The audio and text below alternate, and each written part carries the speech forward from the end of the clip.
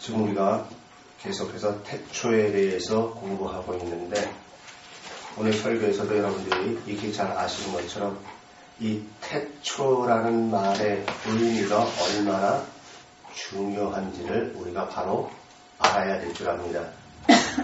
태초는 보이지 않는 하나님과 인간은 구별된다. 그리고 또한 보이지 않는 하나님의 뜻과 의지를 인간이 알아들을 수 있는 언어로 사건을 통해서 말씀하신다. 라는 이 모든 것이 다 내포되어 있는 말씀이 바로 태초입니다. 그래서 오늘은 우리가 하나님의 시각에서 성경을 보지 못함으로 인해서 인간의 이성, 인간의 지식, 그거를 앞세워서 성경을 보기 때문에 하나님은 한 분인데 하나님을 믿는 그러한 사람들은 여러 형태로 나눠져 있습니다. 그래서 오늘 이 시간은 각 교파, 하나님은 한 분인데 왜 교파가 생기고 또 성경이 있는데 왜 교리가 있어야 되는지 이러한 문제점을 알아보고 또 이단이 왜 생기게 됐는지 이것을 알아보도록 하겠습니다.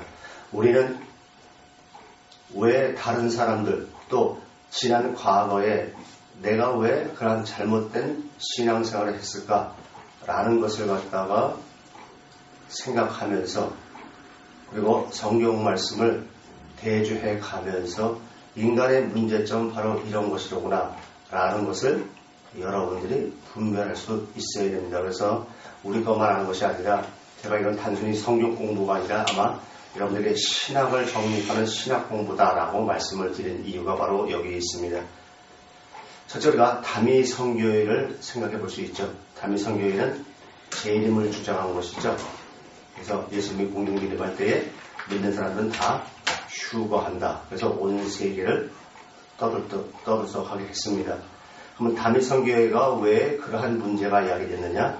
바로 꿈으로서 계시를 받았다. 그래서 전 세계를 발칵 뒤집어 놓았죠. 그걸 통해서 성경을 떠나서 말하는 것은 전부 다 안 된다라는 것을 우리가 그 당시에 잘 알 수 있었습니다. 두 번째는 우리가 이제 사람들이 그렇게 싫어하고 또 아주 그냥 진드기처럼 달라붙는 사람들이 있죠. 그 사람들이 누굴까요? 세계적으로도 유명한 여호와의 증인이 있습니다. 우리는요 무조건 이단이다 잘못됐다라고 그냥 앞뒤 생각 없이 사람들이 이단이니까 이단이다 이렇게 얘기를 하는데 그렇게 하면 안 돼요. 그들이 어떻게 출발을 해서 뭐가 잘못이 되어서 성경을 잘못 보고 또 그것이 성경에서 말하는 것이냐 나가고 있는 것인지 그들의 잘못된 것을 내가 정확하게 알고 그리고 그들이 얘기하는 것을 성경을 통해서 정확하게 분별해서 정립하고 난 다음에 그들의 잘못된 점은 바로 이러한 점이다 라고 얘기할 수 있어야지 그냥 사람들이 또 교계에서 저기는 이단이다 그러니까 상대 안 하겠다 이렇게 하면 안 돼요. 왜냐면 처음에 교회가 조금 했을 때 순복교회 이단이라고 했어요. 이단이라고 안 했어요. 이단이라고 했어요. 근데 교회가 커지니까는 또 만민중앙교회는 어때요? 이단이라고 했어요. 근데 사람이 늘어나니까 이제 이단이 아니라 이제 일단이 돼버렸어요. 또 옥하는 목사 사랑의 교회는 어때요? 맨 처음에 사도신경 안 한다고 이단이라고 했다가 교회가 커지니까는 또 그 말이 쏙 들어갔어요. 이렇게 이단이냐 아니냐라는 것을 사람들의 평가에 의해서 이단이다 아니다 이렇게 해서는 안 된다. 그럼 천주교는 이단이에요 이단 아니에요? 그럼 천주교가 왜 이단이에요? 이와 같이 우리가 막연히 알아서는 안 된다. 왜냐하면 이것은 그냥 그것으로서 문제가 끝나면 괜찮은데 내 생명의 문제가 달려있기 때문에 그런 거예요. 여러분은 내가 죽을 병에 걸리면 아무 병원에 가서 아무 의사에게나 가서 여러분 생명을 맡길 수 있어요. 뭐 돈이 있든 없든 그 방면에서 최고의 권위자를 찾아가서 그에게 내 생명을 맡기고자 하는 것이 인간 아닙니까? 그런데 하물며 그것보다 더 귀한 영적 생명을 갖다가 아무렇게나 막 뒹굴려도 되겠는 거냐 하는 거예요. 이것은 우리가 깊이 한번 생각해 봐야 되겠습니다. 그래서 여러분들에게 지금 각 교단, 종파의 교리에 대해서 하는 것은 그냥 다분히 지식적으로 아는 것이 아니라 그들의 잘못된 점을 하나씩 우리가 정립함으로 인해서 나 역시 이 복음을 듣고 있지만은 혹시나 그러한 것에 접어들고 있지는 않는지라는 점검을 하고 정립하는 시간이 되길 바랍니다. 그래서 여호와의 증인은 미국의 러셀이 마태복음 25장 46절에 영생과 영벌의 그 귀절을 읽고 죄의 자각과 양심의 가책을 받고 고민한 끝에 안식교, 제7안식교 예수 재림교죠. 지도자 제2의 페인트의 저서를 마음에 들어 했습니다. 그럼 마태복음 25장 46절을 한번 보겠습니다. 마태복음 25장 46절. 마태복음 25장 46절에 보면 이렇게 기록되어 있습니다.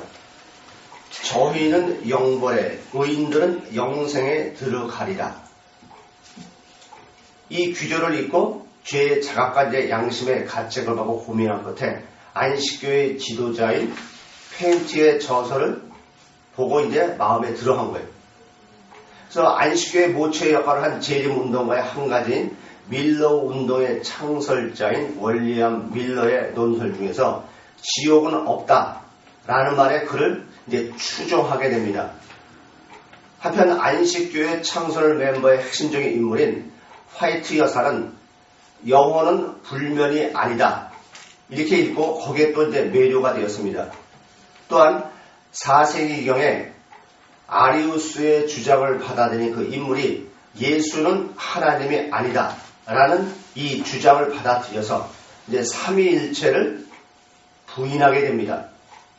그래서 예수는 최초의 피조물이며 천사장 미가엘을 예수라고 주장했고 성령은 하나님의 활동일 뿐이므로 인격체가 아니다라는 교설서를 받아들여 이제 자기의 교리를 만들었습니다. 바로 이제 이것이 여호와의 증인 그래서 삼위일체를 믿어야 합니다. 안 믿는다 이거예요. 그거 왜 안 믿느냐라는 걸 그냥 막연히 하면 안 된다 이거예요. 그래서 1870년 미국 펜실베니아 알레게스시는 이 자파상인 찰스 데이즈 러셀에 의해서 이제 망국 성서 연구회라는 집단을 발족하게 됩니다. 그리고 이제 79년에 시온의 파수 때와 그리스도의 임재의 전력이라는 잡지를 창간하게 되고 그리고 포교에 사용해서 지금은 이제 뭐라고 불리냐 그 명칭이 파수때라는 명칭으로 변경하게 됩니다. 그리고 1931년에 정식적으로 이제 여호와의 증인으로 호칭하기 시작합니다. 그래서 1876년 러셀이 24세 때에 주님의 재림 목적과 그 방법이라는 소책자를 발간하게 되고 그 책자 가운데는 2년 전인 1874년에 그리스도가 재림했다. 그러나 영체로 오셨기에 육안으로 볼 수가 없었다고 말하며 세계의 종말이 가까워 왔다고 주장을 하게 됩니다. 그래서 요한계시록 7장과 14장에 기록되어 있는 14만 4천 명이 여호와의 증인들, 당시에 만국성서 연구생들이죠. 이들을 말하고 이 숫자가 다 채워졌을 때 세계의 종말이 오고 자기들을 제외할 모든 세상이 다 멸망하고 자신들만 남아서 이 세상을 통치한다고 시한부 종말론을 강력히 주장합니다. 그러면 이 지상이 천국이라는 얘기가 되겠죠. 그죠? 그래서 다니엘서 4장 바벨론 왕의 그 꿈의 환상을 근거로 해서 유대의 멸망해로부터 2520년 후인 1914년에 이 세상에 종말이 온다고 주장을 했습니다. 그리고 1913년 그 남편의 교리를 반대하는 부인과 이제 이혼하고 이듬해 자기의 종말론이 이루어지지 않자 이를 1년 더 연장을 했습니다. 그러나 역시 이루어지지 않자 많은 신도들이 이제 떠나는 심한 타격을 받게 되고 이듬해의 교주 러셀은 64세로 죽고 맙니다.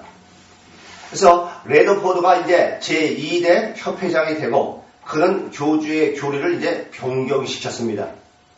그래서 러셀의 민주식 운영체제를 왕권 통치로 변경하게 되고 병역 거부 교리와 수혈 거부 교리를 만들게 됩니다. 그래서 이것은 이사야 2장 4절을 근거로 해서 중립이라는 의의를 내세워 병역을 거부합니다. 이사야서 2장 4절 보겠습니다. 이사야서 2장 4절을 한번 보겠습니다.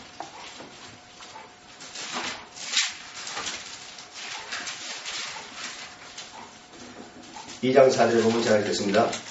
그 열방 사이에 판단하시며 많은 백성을 판결하시리니 무리가 그 칼을 쳐서 보습을 만들고 그 창을 쳐서 낫을 만들 것이며 이 나라와 저 나라가 다시는 칼을 들고 서로 치지 아니하며 다시는 전쟁을 연습지 아니하리라. 지금 이것을 해서 이제 병역 거부, 수혈 거부 이제 이게 나온 거예요. 그럼 과연 이 말씀이 그러한 얘기냐 이거예요. 민족이 민족을 치는 그러한 얘기냐 이거예요. 이와 같이 우리가 성경을 바로 보지 못하면은 이렇게 성경 말씀을 왜곡히 전하게 될 수 있다는 것입니다. 그리고 1818년과 1925년 종말론서를 다시 이제 유포했습니다. 그리고 1942년에 리더포드가 이제 73세로 사망하고 네이산 H가 노아가 제3대 협회장으로 취임했습니다. 그는 아담이 창조된 6000년이 되는 1975년에 종말론이 온다고 1968년에 발표만 따라서 1974년 최대의 신도를 모으게 됩니다. 그들은 마태복음 24장 45절을 인용해서 충성되고 지혜 있는 종이 될 것을 강요하고 그들의 직분에 따라 일정의 양의 전도 행위를 해야 한다고 규정지었습니다. 그러면 마태복음 24장 45절을 보겠습니다. 마태복음 24장 45절을 보겠습니다. 제가 읽겠습니다. 충성되고 지혜 있는 종이 되어 주인에게 그 집 사람들을 맡아 때에 따라 양식을 나누는 자가 누구냐 이랬어요. 자, 그러면 이 말씀에 충성되고 지혜 있는 종이 과연 어떤 사람이냐 하는 거예요. 근데 이 말씀을 근거로 해서 충성되고 지혜 있는 종이 될 것을 강요하고 그리고 그들에게 직분에 따라서 일정의 양의 전도 행위를 하게 했다 이거예요. 이만큼 성경을 잘못 모르면 자신은 물론이야 다른 사람까지도 죽인다는 사실을 우리는 침례 요한을 통해서 헤롯을 통해서 우리는 잘 알고 있습니다. 그래서 그 행위의 이행 정도에 따라서 14만 4천 명만 영으로 부활해서 이제 천국에 가서 지상에 남은 자들을 통치하며 나머지는 지상 낙원에서 생활하게 된다고 이제 교육을 합니다. 그럼 이제 아까 이 땅 지상이 이제 이 땅이 천국에 대해서 어디로 바뀌었어요? 자기들은 휴거하고 이제 남은 자들을 통치한다. 이제 이렇게 또 바뀌었습니다. 한국에는 1912년에 홀리스트에 의해 이제 문서 성교로 시작하게 됩니다. 이것이 이제 여호와의 증인이 창설된 동기와 우리나라에 언제쯤 여호와의 증인이 들어오게 됐느냐라고 말씀을 드렸습니다. 이번에는 우리가 여호와의 증인의 교리에 대해서 한번 생각해 보겠습니다. 첫째, 삼위일체를 부인한다. 두 번째, 그리스도는 피조물이라고 주장한다. 다시 말해서 신성을 부인합니다. 세 번째는 성령의 인격성을 부인합니다. 네 번째는 영원 불멸성을 부인한다. 즉 육신이 사망함과 동시에 없어진다. 또 구원은 분투 노력함으로 얻어진다고 주장을 합니다. 자, 그러면 구원은 내가 분투 노력해서 얻어지는 거예요. 그래서 그들이 여호와의 증인이 자기네들이 복음을 증거할 때에 성경 어느 구절을 갖고 증거하느냐 하면은 여러분들도 잘 알아두십시오.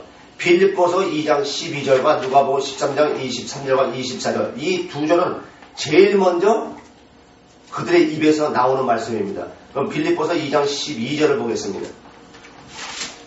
빌립보서 2장 12절 여호와의 지금 누구를 만나든지 간에 제일 먼저 나오는 성경 구절이 이거입니다. 빌립보서 2장 12절 그러므로 나의 사랑하는 자들아 너희가 나 있을 때뿐 아니라 더욱 지금 나 없을 때에도 항상 복종하여 두렵고 떨림으로 너희 구원을 이루라. 자, 두렵고 떨림으로 구원을 이루라.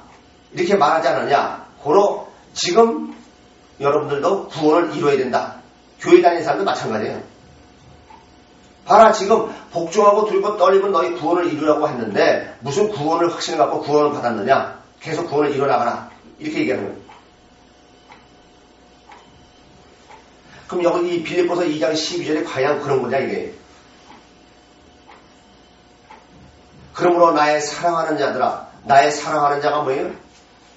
이건 나의 사랑하는 자들아 이렇게 번역을 했지만 이것을 직역하면 이거죠. 하나님이 온 우주 만물을 창조하고 너희 인간을 창조한 너를 창조하는 것은 육신이여 세상 것이 아니라 바로 네 심령에 하나님이 주인으로 거하시고 하나님이 부르시는 그날 저희 영원한 천국에서 하나님과 영원히 함께하는 그 목표를 위해서 너희를 창조했다. 고로 그것에 영에 관심이 있고 그것을 깨닫는 자들아 이렇게 얘기가 되는 거죠. 그래서 너희가 나 있을 때뿐 아니라 더욱 지금 나 없을 때에도 항상 복종하여 두렵고 떨림으로 너희 구원을 이루라. 이건 뭐예요? 제발 인간인 나 사도 바울을 보고 행하지 말고 영신 하나님을 보고 그 하나님 앞에 네 자신을 포기하고 그리고 하나님께서 네 심령의 주인으로 내주하셔서 통치함을 받는 삶을 살고 하나님이 원하시는 성숙한 자가 되기를 늘 기도하고 간구해라. 그런 얘기지. 이것이 빌립보서 2장 12절이 내가 고진감래해서 분투 노력해서 계속 구원을 이뤄가는 그런 얘기냐 이게. 그래서 구원을 이루는 방법이 뭐냐? 앞에서 얘기했지만 전도하는 거예요. 그들은. 그다음에 누가복음 13장 23절과 24절 보겠습니다. 그 다음에 이제 그들이 이제 끄집어내는 얘기가 구원을 이루라. 그러면서 이제 누가복음 13장 23절과 24절의 말씀을 이제 끌어드립니다. 제가 읽겠습니다. 혹이 여짜오되 주여 구원을 얻는 자가 적으니까 저에게 이르시되 좁은 문으로 들어가기를 힘쓰라. 내가 너에게 이르노니 들어가기를 구하여도 못하는 자가 많으니라. 자, 이 말씀을 해놓고 자, 주여 구원을 얻는 자가 적다. 그러니 좁은 문으로 들어가기를 힘쓰라. 너희가 이르노니 들어가기를 구해도 못한 자가 많다. 그러니 어떻게 해요? 열심히 전도해서 그 상급으로 인해서 이제 천국에 들어간다. 구원받는다. 이러한 논리가 되는 거예요. 자, 그러면 지금 누가복음 13장 23절과 24절이 과연 그런 얘기냐 하는 거예요. 여러분은 지금 누가복음 13장 23절과 24절을 지금 이게 무슨 말씀이라고 여러분들 생각하세요?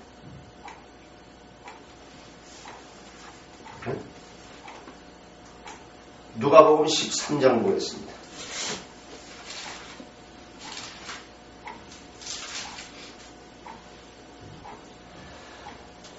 누가복음 13장을 보시면은 1절서부터 보시면은 그때 마침 두어 사람이 와서 빌라도가 어떤 갈릴리 사람들의 피를 저희의 제물에 섞은 일로 예수께 고하니 이제 이렇게 시작합니다. 그리고 이제 6절에 이에 비유로 말씀하시되 지금 제물에 섞은 거로 갖다 말씀하시면서 이제 그것에 대해서 예수님이 이에 비유로 말씀하시되 그래서 사람이 포도원에 무화과나무를 신 것이 있더니 와서 그 열매를 구하였으나 얻지 못하는지라. 이렇게 말씀을 하시면서 이어서 지금 누가복음 13장 23절, 22절 예수께서 각성 각촌으로 다니사 가르치시며 예루살렘에 여행하시더니 혹이 여짜오되 주여 구원 얻는 자가 적으니까 저에게 이르시되 좁은 문으로 들어가기를 힘쓰라. 지금 보세요. 이 문맥이 여러분 어떻다고 생각하세요? 자연스럽게 여러분은 이 문맥이 보이십니까? 아니면은 자연스럽지 않고 부자연스럽다고 여러분 보이십니까? 여러분 눈에는 어떻게 보여요? 자연스럽게 보여요?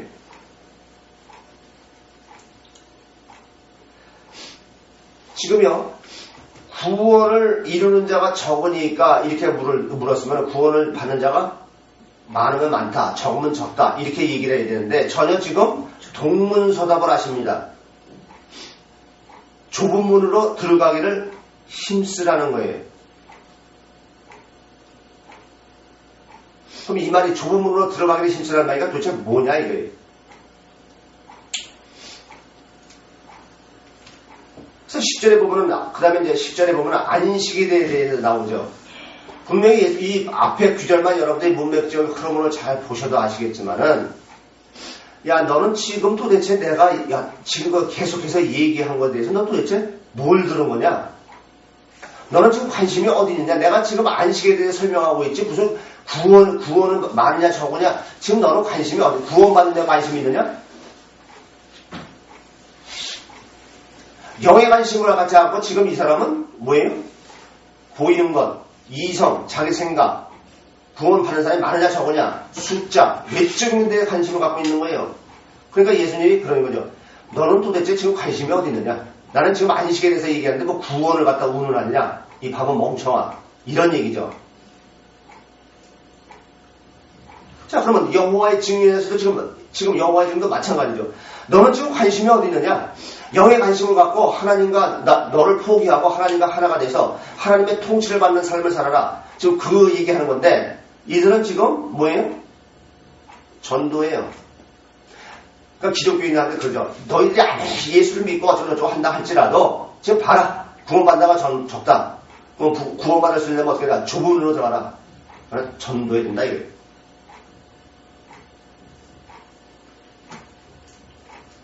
또한 사도행전 1장 18절을 근거로 전도나 증거의 생활을 구원의 필수 조건으로 삼습니다. 사도행전 1장 18절을 보면은 이 사람이 불의의 싹스를 받고 사도행전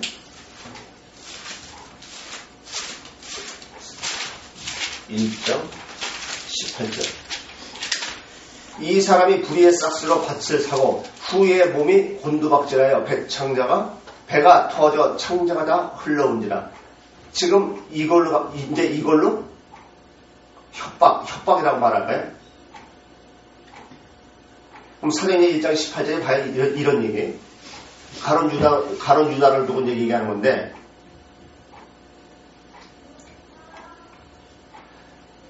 그 앞에 15절서부터만 보더라도 지금 성경을 이렇게 해석할 수가 없습니다. 15절을 보세요. 모인 무리수에 한 120명이나 되더라. 그때 베드로와 그 형제 가운데 일어서서 가로되 형제들아 성령이 다윗의 의불 의탁하사 예수 잡는 자들을 지도한 유다를 가르쳐 미리 말씀하신 성령이 응하였으니 마땅하도다. 지금 가론 유다의 문제점이 뭐예요? 그리고 예수를 갖다가 신을 삼일째 하나님을 보지 못하고 성령을 갖다가 한 인격체로 보지 못하면 지금 이 사도행전 1장 18절의 이 말씀이 이해됩니까? 그 다음에 6번째로 그리스도의 육신 부인은 부정하고 영적 부활만 인정을 합니다.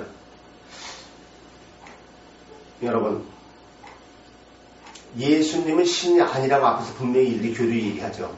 근데 지금 여기서 육신의 부활은 부활하고 영적 부활만 인정한다? 여러분, 이 말이 성립이 됩니까? 그러면 육신의 부활은 뭐고 영적 부활은 또 뭐예요?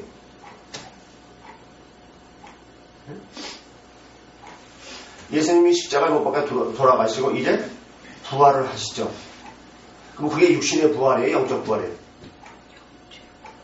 영적 부활이죠. 근데 왜 근데 꼭 육신이 부활한 것처럼 말씀하시잖아요. 그럼 그게 말씀하시는 게 뭐예요? 하나님은 부활하신 예수님은 영체다. 이걸 얘기하는 거죠.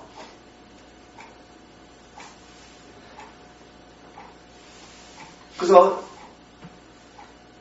이들이 이제 7번째로 신세계 번역 성경을 이제 어떻게 해요? 자체 발행해서 사용하게 됩니다. 그래서 1950년도에 이들이 발행했습니다. 그러니까 우리가 보는 성경과 그들이 보는 성경이 똑같은 성경도 있지만 그들이 애당초 교리를 갖다가 공부할 때는 다르죠. 천주교는 마찬가지잖아요. 그래서 이들의 문제점은 첫째, 병역 의무 기피를 하죠. 집총거고. 그래서 이들은 현 정부는 사단 마귀로부터 이어받았기 때문에 우리의 적이다. 이렇게 얘기를 합니다. 두 번째는 수혈을 거부합니다. 수혈을 거부하고 안 하고가 그건 무슨 상관이 있어요? 세 번째는 마태복음 10장 22절과 36절을 보겠습니다. 이거는 여호와의 증인뿐만 아니라 이단들이 거의 다 대부분 이 말씀을 인용을 합니다. 마태복음 10장 22절 보겠습니다. 제가 읽겠습니다. 또 너희가 내 이름을 인하여 모든 사람에게 미움을 받을 것이나 나중까지 견디는 자는 구원을 얻으리라. 그리고 36절 사람의 원수가 자기 집안 식구니라. 이렇게 해서 가정을 파괴해버립니다. 가정이고 뭐고 없다. 봐라, 성경에 보자. 사람의 원수가 자기 집안에 있지 않느냐. 그리고 사람들에게 미움을 받는다. 그러니 우리 여호와의 증인이 사람으로부터 미움받고 식구로부터 원수를 받는 것은 당연하다. 왜? 우리는 오직 하나님의 명령에 따라서 살기 때문에. 이게 그런 얘기. 그러면 그럼 과연 여호와의 증인에서만 이렇게 얘기하느냐 이게. 자기 집안 식구가 원수라는 얘기는 뭐예요? 정말 내 집안 식구를 얘기하는 거예요? 너는 태어날 때부터 누구다? 마귀의 자녀예요. 자, 그러면 마귀는 우리를 지배하는데 뭘로 지배하고 우리를 뭘로 다스린다? 혼으로 다스린다 했어요. 그럼 결국은 영과 혼은 원수지간이다, 원수지간 아니다? 원수지간이죠. 그러니까 내 심령의 문제, 영과 혼에 대해서 말하는 것이지 실질적인 내 가정, 내 식구를 얘기하는 것이냐 이거예요. 그것은 차후의 일이에요. 그러니까 이거를 갖다가 보지 못하기 때문에 거의 모든 이단들은 뭐예요? 이 말씀은 어느 이단이나 가나 다 나와요. 그럼 기존에서는 안 그래요? 기존에서도 그렇게 얘기는 안 하지만은 집사님 신앙생활 하면요 집안 식구들이 싫어해요. 성경에 이렇게 있듯이 원수로 생각하니까 그걸 기도하면서 또 타의 모범이 되는 신앙생활에서 전도하십시오. 그런 얘기 해야 안 해요? 하잖아요. 아니 전도는 내가 하는 겁니까? 우리가 할 수 있는 건 뭐예요? 혼적으로 알아왔던 신앙을 갖다가 이제 영적으로 다시 깨닫고 정립했어요. 그래서 혼적인 사람들에게 가서 영적인 것을 갖다가 제시해 주는 것 뿐이에요. 바른 길로 가도록 제시해 주는 것 뿐이에요. 길을 열어주는 것 뿐이에요. 그럼 나머지는 누가 하는 거예요? 이제 나머지는 하나님 몫이지 우리 몫이 아니에요. 내가 사람을 어떻게 구원시킬 수 있어요? 구원은 누구만 한다? 오직 하나님만. 그런데 목사나 교인들이 어때요? 목사가 안수해 주면은 목사가 성령 침례를 주는 걸로 알고 있잖아요.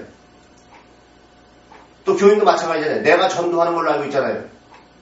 그래가 앉으면 뭐예요? 영접기로 그걸 시키고 난 다음에 이제 당신은 하나님의 자녀가 됐습니다. 아멘 하고 끝나잖아요.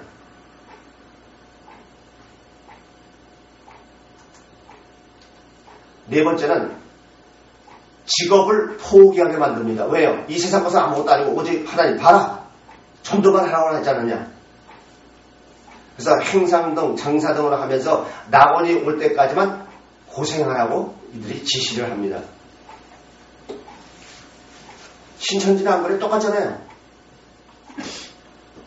다섯 번째는 의무교육과 고등교육을 포기하게 만듭니다. 왜요? 세상 지혜는 하나님의 승리를 받지 못한다. 만약에 세상 지식 지혜가 다 필요 없다고 한다면 하나님이 그 모든 것을 갖다가 과정적으로 주셨겠어요? 안 주셨겠어요? 안 주셨겠죠? 필요 없다면. 선악과는 인간에게 필요하기 때문에, 반드시 필요하기 때문에 선악과를 두었다는 사실을 우리는 잊지 말아야 돼요. 근데 선악과만, 우리만 그래요? 선악과만 하나님이 두시지 않았으면 우리가 지금 이렇게 고생하지 않을 텐데, 다 그렇게 생각하잖아요. 그러니까 선악과가 뭔지도 모르고 얘기하는 거예요. 한마디로 말하면 이렇게 얘기할 수가 있죠. 생명나무하고 선악과. 선악과는 우리의 혼을 얘기하는 거고, 생명나무는 우리의 영. 선악과는 세상을 얘기하는 것이고, 생명나무는 천국. 선악과는 마귀를 얘기하는 것이요, 생명나무는 하나님을 얘기하는 것이요. 선악과는 인본을 얘기하는 것이요, 생명나무는 신본을 얘기하는 것이요. 그러니까 이러한 영적 원리를 모르기 때문에 지금 이러한 문제들이 발생되는 거예요. 그러면 7번째는 여호와의 증인이 의식화 교육을 합니다. 다시 말하면 뭐예요? 교리죠. 그래서 이것에 의해서 아주 그냥 쇠뇌를 시켜버려요. 그러면 한번 들어갔다 빠져나올 수가 없습니다. 그래서 여러분들 좀 생각 있는 사람이나 기존 교회에서 좀 생각하면서 신앙생활 했던 사람은요, 천주교에 빠질 수가 없어요. 왜요? 그들의 말에 앞뒤가 맞지를 않아요. 그래서 처음 교회 나온 사람, 그 사람들이 이제 천주교에 가면 두 달이나 세 달 동안에 뭘 하냐? 교리 공부를 합니다. 그걸 아예 입력을 딱 시켜버려요. 그리고 난 다음에 이제 성경을 하면은 그게 옳은 것으로 되어질 수밖에 없어요. 교리가 그만큼 무서운 거예요. 그 다음에 우리가 이슬람교, 회교도에 대해서 우리가 한번 생각해 보겠습니다. 여러분, 이슬람이라는 이름이 이슬람, 그 회교도의 그 뜻이 뭐라고 생각하세요? 이슬람교에서 왜 알라신을 찾죠? 그죠? 알라신은 하나님이에요. 똑같은 거예요. 우리하고 엘로힘과 똑같은 의미예요. 그래서 그들이 생각하고 있는 알라신은 어떤 거냐? 창조와 심판의 신이에요. 그리고 이슬람이라는 그 단어가 뭐냐? 순종, 복종이라는 의미입니다. 그리고 무슬림이라고 얘기하죠. 그죠? 네. 무슬림이라는 것은 복종하는 자들이라는 의미입니다. 그래서 이슬람이라는 것은 한마디로 얘기하면 뭐예요? 알라신, 하나님의 뜻에 따라서 뭐 한다? 복종한다. 이게. 그러니까 우리가 무슨 이러쿵저러쿵 얘기할 가치가 없어요. 무조건 복종이에요. 그래서 제가 이런 말씀을 드렸죠. 여러분들이 이슬람에서 한 그 성경, 코란경을 갖다가 여러분들이 읽어보시면은 내용은 틀리지만 그 안에 전개되는 그 모든 그 의미는, 글자 같은 거 말하는 것은 틀리지만 그 의미는 지금의 개신교하고 똑같다. 뭐예요? 무조건 복종. 그래서 제가 이런 말씀을 드렸죠. 우리나라는 회교도가 차려놓은 밥상으로 지금 넘보고 있다. 그래서 회교도들이요, 기독교가 들어가지 않은 나라는 들어가면은 걔네들이 성공하지 못해요. 그런데 기독교가 들어간 나라는 거의 다 회교도가 나는 게 다 잡아먹어요. 지금 유럽이 어때요? 전부 회교도로 다 해요. 왜요? 들어보면 똑같아요. 지금 여기하고. 우리 지금 순종이라는 이름에 전부 다 맹종시키잖아요. 복종시키잖아요. 그럼 복종시키는데 어떻게 시켜요? 걔네들이 선을 얼마나 갈망하는지 알아요? 걔네들이 하루에 3번 선을 베풀지 않으면 안 돼요. 그래서 이 구제, 이런 거, 걔네들 보면요. 정말 이 회교도는요, 지금 이라크나 이런 데에서 테러하는 걔네들은 진짜 회교도가 아니에요. 뭐 순위파다 무슨 파다 한번 하죠. 근데 진짜 걔네들은 진짜 회교가 아니에요. 정말 회교는요, 지금 우리 개신교보다 더, 감리교보다 천주교보다 더 해요. 구제, 뭐, 이 좋은 일하고, 뭐, 이 윤리 도덕적인 거 아주 더 합니다.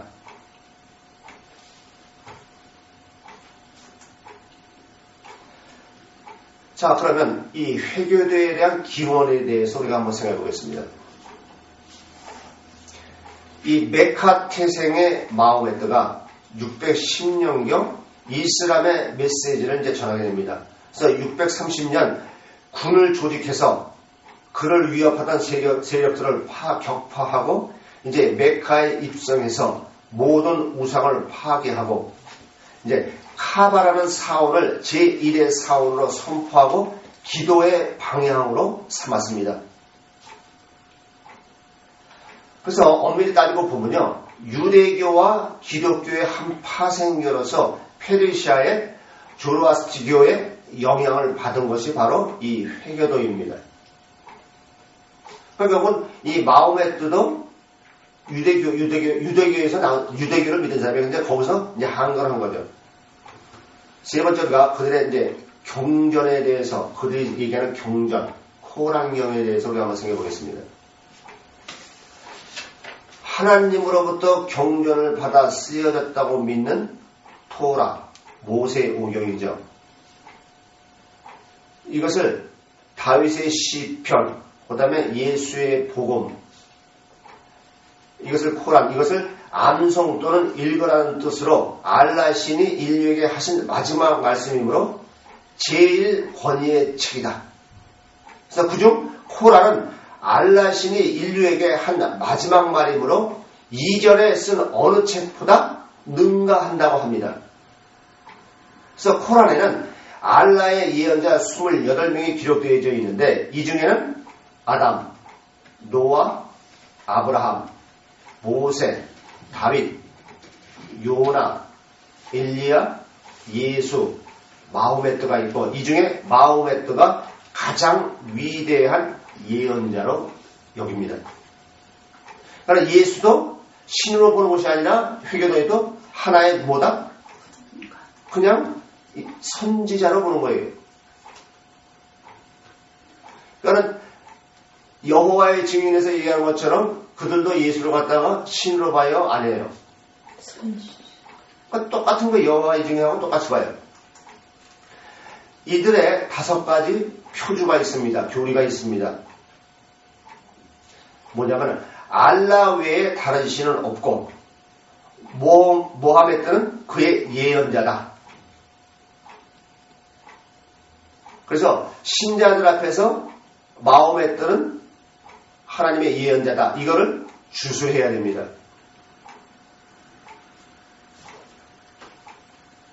두 번째는 하루에 5번 성지를 향해서 무릎을 꿇고 머리 숙여 기도해야 됩니다. 개신교에서도 그러죠. 다니엘이 예루살렘을 갖다 향해서 하루에 3번씩 기도하지 않았느냐. 그러니 교회 나오기 어려운 사람은 교회를 향해서, 저 14대 그런 얘기 들었어요. 교회를 향해서 기도해라. 똑같지 않아요? 세 번째, 구제. 수입의 40분의 1을 구제에 써라. 네 번째, 가장 성스러운 계절인 이슬람적 9월에 한 달간 금식을 합니다. 이것을 뭐라고 해요? 라마단 기간이라고 합니다. 그러면 여러분 한번 생각해보세요. 라마단 기간에 그들이 금식을 갖다 과연 몇 개나 할까요? 이들은 해 진력부터 그 다음 해 진력까지, 그죠? 그때가 하루예요. 통상은 하루 금식, 한 끼 금식하는 거예요. 한 끼, 저녁. 얼마나 이들이 형식의 의무에 잡혀 사는데, 그리고요, 이들이 사람이 보는 데서는 안 먹지만은 사람이 없는 집에서는 먹는 사람들도 있어요. 근데 그게 걸리면은 안 되죠. 5번째는 마호메트의 고향인 메카를 향해 생애 최소 1회 이상 순례를 해야 된다. 여러분, 그러면 얘네들이 메카를 갖다 순례하는 것과 그리스도인들이 성지순례 가고자 그렇게 하는 것과 다를 바가 뭐 있어요? 성지순례 간다는 것 갖다 제가 잘못하는 게 아니에요. 과연 가나안이 정말 어떤 곳이냐, 우리가 알고 있듯이 그러한 곳이냐, 이런 피상적, 추상적으로 아는 것보다는 실질적으로 가서 봄으로 인해서 정말 가나안 땅, 정말 풀 한 폭이 나지 않는 그러한 사막지대를 보고 여호수아하고 갈렙이 어떻게 젖과 꿀이 흐르는 땅이라고 얘기했을까? 과연 여호수아와 갈렙은 하나님 그 사막을 보면서도 온 주 만물을 창조하고 섭리하시는 그 하나님에 대한 믿음, 야, 참 대단하구나. 그래서 가서 그들의 영적인 것을 갖다 다시 한번 깨닫기 위해서 가서 보는 것이지, 다시 한번 신앙을 추진하는 것이지, 성지순례 가서 예수님이 어떠한 행로로 가셨느냐, 사도 바울은 어떻게 했느냐, 그것을 보는 게, 그거나 그렇게 본다고 한다면 마음에도 고향이 메카를 향해서 최소 1회 한번 가는 거하고 똑같은 거죠. 여섯 번째는 성스러운 전제, 즉 이슬람교를 방어하기 위해 또는 알라신을 위해서 다른 영토를 점령해야 된다. 어때요? 그럴듯하지 않아요? 요 며칠 전에 MBC에서 뉴스 훈가 그거 했었죠. 대형 교회에서 교회 확장을 위해서 주변에 있는 땅을 사는 것. 그거나 이거는 나라를 갖다 점령하는 거고, 그거는 주위에 있는 땅을 점령하는 거고, 뭐가 틀려요? 근데 그들은 뭐예요? 그렇게 얘기하면서 교회가 좁아서 주차장 할 자리를 갖다 얻어야 되겠다. 그럼 그거나 지금 얘네들이랑 뭐야? 알라신을 위해서 다른 영토를 점령하는 거하고 뭐가 틀려요?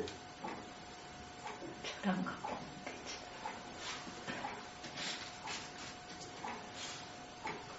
다섯 번째, 회교도의 그러면 특징에 대해서 우리가 한번 생각해 보겠습니다. 예수가 하나님의 아들이심을 부인합니다. 삼위일체 부인이죠. 여호와의 증인하고 똑같아요. 두 번째, 코란에 예수님이 십자가에 죽으신 사실의 기록이 없습니다. 그렇게 보여졌다고만 되어 있습니다. 그래서 예수님이 십자가 매달리시기 직전 알라신이 그를 천국으로 데리고 가셨다고 말하고 있습니다.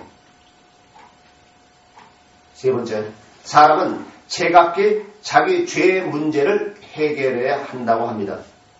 즉, 앞에서 말하는 5표주를 지키지 못하면 자기 책임이기 때문에 자기의 값을 치른다고 합니다. 자, 보세요. 알라신이 너에게 지금 땅을 점령한다고 하듯이 가서 지금 너가 죽어야 된다. 이렇게 하면서 테러리스트를 만들잖아요. 근데 그걸 거부합니까? 아니, 복종을 해요. 왜요? 하나님이 나에게 주신 축복이라고 생각해요. 그렇다고 그러다 그들이 부인하면 어떻게 해요? 그 죄값을 치러요. 어떻게 해요? 쥐도 새도 모르게 형량의 이슬로 사라집니다. 네 번째, 알라신은 창조주이시면서 동시에 심판주로만 그런 존재합니다. 그러니까 그래요. 좋은 일을 하냐 나쁜 일을 하냐, 나쁜 일하면 무조건 심판이에요. 윤리 도덕이 됐건 영적인 것은 상관없어요. 그래서 노아, 아브라함, 모세, 다윗, 요한 그리고 마호메트를 예언자, 선지자라고 얘기를 합니다. 예수는 쏙 빠지는 거죠. 그 중에서 마호메트만이 40세에 천사 가브리엘을 만나 진정한 예언자, 라슐, 성경의 기록자가 되었다고 얘기를 합니다.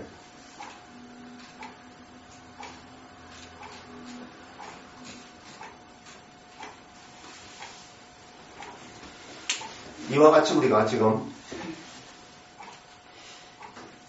여호와의 증인, 회교도, 다미 성교회 이렇게 생각해 봤듯이 한결같이 이들이 성경을 잘못 보고, 즉 인간의 이성과 지식으로 성경을 봄으로 인해서 이러한 성경 오류가 그냥 오류로만 끝나는 것이 아니라 본인의 문제로만 끝나는 것이 아니라 다른 사람에게 어떠한 영향을 끼치는지를 우리는 잊지 말아야 됩니다. 이것은 이들만의 문제가 아니라 저나 여러분이나 마찬가지예요. 여기서 복음을 들었다 할지라도 이것이 나에게 영향을 끼치지 못한다고 한다면 다른 사람에게 영향을 끼칠 수 있어요, 없어요? 영향을 끼친다는 얘기는 가서 어떤 삶의 본을 보여라 그런 얘기가 아니에요. 내가 말씀에 사로잡히지 않는 한 내가 어떻게 다른 사람에게 예수 그리스도의 향기를 나타낼 수가 있습니까? 절대로 그런 일은 있을 수가 없습니다. 그 다음에 우리가 안식일 교회에 대해서 생각해 보겠습니다. 안식일 교회를 다른 얘기를 하면 제7 안식일 예수 재림교라고 얘기를 하죠.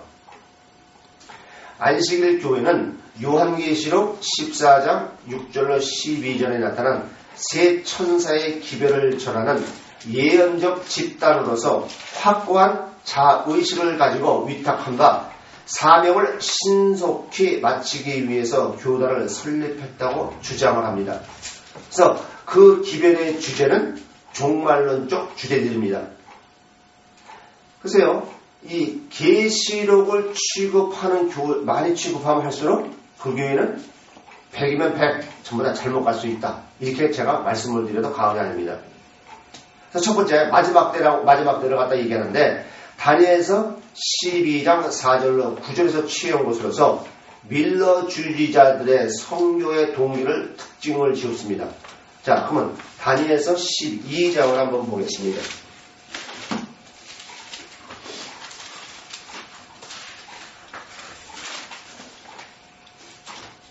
다니엘서 12장 4절로 9절.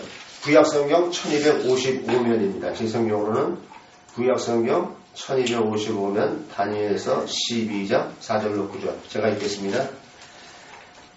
다니엘아, 마지막 때까지 이 말을 간수하고 이 글을 봉합하라. 많은 사람이 빨리 왕래하며 지식이 더하리라. 나 다니엘이 본즉 다른 두 사람이 있어 하나는 강 이편 언덕에 섰고 하나는 강 저편 언덕에 섰더니 그 중에 하나가 세마포 옷을 입은 자 곧 강물 위에 있는 자에게 이르되 이 기사의 끝이 어느 때까지냐 하기로 내가 들은즉 그 세마포 옷을 입고 강물 위에 있는 자가 그 좌우손을 들어 하늘을 향하여 영생하시는 자를 가리켜 맹세해 가로되 반드시 한때 두때 반때를 지나서 성도의 권세가 다 깨어지기까지니 그렇게 되면 이 모든 일이 다 끝나리라 하더라. 내가 듣고도 깨닫지 못하는지라 내가 가로되 내 주여 이 모든 일의 결국 이 어떻사옵나이까. 그가 가로되 다니엘아 갈지어다. 대저 이 말은 마지막 때까지 간수하고 봉합할 것입니다. 이랬습니다. 자, 지금 이것을 가지고 이제 성교의 동기의 이제 특징을 짓는데 밀러는 자신이 살고 있는 이 시대가 영원의 문턱에 선, 즉 투쟁하는 교회의 마지막 단계라고 말합니다. 그러면 지금 다니엘서 12장 4절로부터 9절이 과연 그런 말씀이냐 하는 거예요.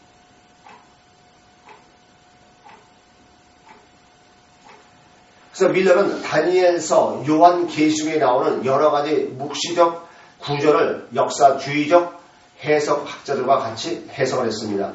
자, 한번 보겠습니다. 다니엘서 2장에 보시면은 황금머리라고 나옵니다. 다니엘서 2장 보겠습니다. 다니엘서 2장을 보겠습니다.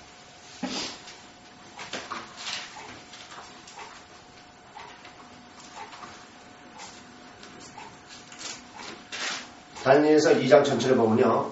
황금머리를 갖다가 신바벨론, 가슴과 팔을 메데와 페르시아, 배와 넓적다리를 헬라 왕국, 다리와 발가락을 로마 제국, 열뿔을 로마 제국 분열에 따라 나타난 국가 세력들로 봤습니다. 그리고 작은 뿔을 교황권.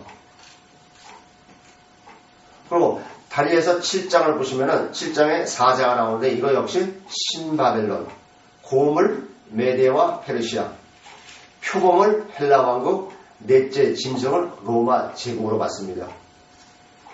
그리고 계시록 11장에서 13절에 두 중인이라고 얘기하는데 이것을 신구약으로 봅니다. 또한 계시록 12장 6절에 여자를 갖다가 하나님의 돌보는 교회로 봅니다. 또 계시록 13장 1절에 바다에서 나온 짐승을 교황권 세력으로 해석하고 있습니다. 그리고 마태복음 24장 21절에 큰 환난을 이교 로마와 교황권 로마라고 하는 이 두 가증한 세력 아래서 겪는 교회의 고통이라고 얘기를 하고 있습니다. 자, 그러면 마태복음 24장 21절을 한번 보겠습니다. 마태복음 24장 21절. 이는 그때 큰 환난이 있겠습니다. 창세로부터 지금까지 이런 환난이 없었고 후에도 없으리라. 지금 여기서 큰 환난을 갖다가 이교 로마와 교황권 로마라고 하는 이 두 가증한 세력 안에서 가면 교회의 고통이라고 얘기하는데, 과연 이것이 그러한 얘기냐 이게. 지금 24장 종말론장이죠. 그죠? 그러므로 이 15절에 보면 그러므로 너희가 선지자 다니엘에 말한 바 멸망에 가증한 것이 거룩한 것에 선 것을 보거든 읽는 자는 깨달을진지어다. 이렇게 얘기하면서 이제 인본과 신본에 대해서 이제 쭉 종교와 기독교에 대해서 쭉 얘기를 하는 것이죠. 그러니까 이거는 한 개인을 얘기할 수도 있고, 한 개인의 종말을 얘기할 수도 있고, 세상 종말을 얘기할 수도 있습니다. 이건 어떤 로마의 교황권, 이교 로마, 이거가 여기에 국한시켜서 얘기하는 것이 아니다. 자, 그러면 이들의 또 재림 때를 재림의 때를 갖다가 어떻게 얘기하느냐? 다니엘서 8장 14절을 보겠습니다. 다니엘서 8장 14절.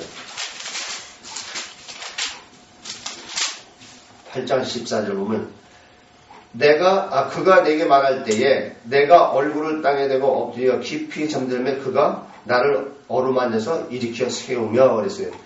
그래서 지금 잘못구나. 14절이구나. 다시 읽겠습니다. 내가 그에게 이르되 2300주야까지니 그때의 성소가 정결하게 함을 입으라 하였느니라. 여기서 이제 성소를 갖다가 예루살렘 유대인의 성소로 이들은 이해하고 있습니다. 그리고 다니엘서 2장, 7장, 또 8장 14절, 9장 24절과 27절 이 재림기를 이들은 이 당시에 1843년이라고 이들이 재림때라고 얘기했습니다.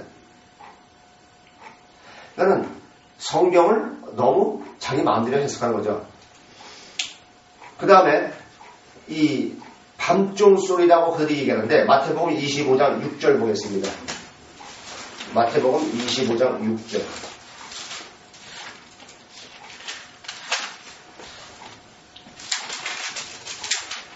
밤중에 소리가 나되 보라 신랑이로다 맞으러 나오라 하매.